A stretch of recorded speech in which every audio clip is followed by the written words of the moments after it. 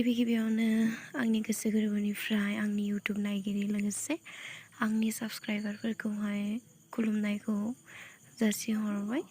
लोगोसेनो दिनै बोसोर गोदाननि बैसागुनि सेथि खालारावहाय आलारि बाथि फोजोंनो नागिरदों, जाहाथे बुहुमनि गासैबो रायजो राजाफोरखौनो इसोरा माने देग्लायनि बैसागु बोथोरखौ मोजाङै बरायनायजों लोगोसे बयनिबो साननाय हनायखौ जाफुंहोयो आरो मोजाङै मोजां बारग'होहरो। बेनि थाखाय दिनै इसोरनि सेराव आर'ज गाबनो नागिरदों।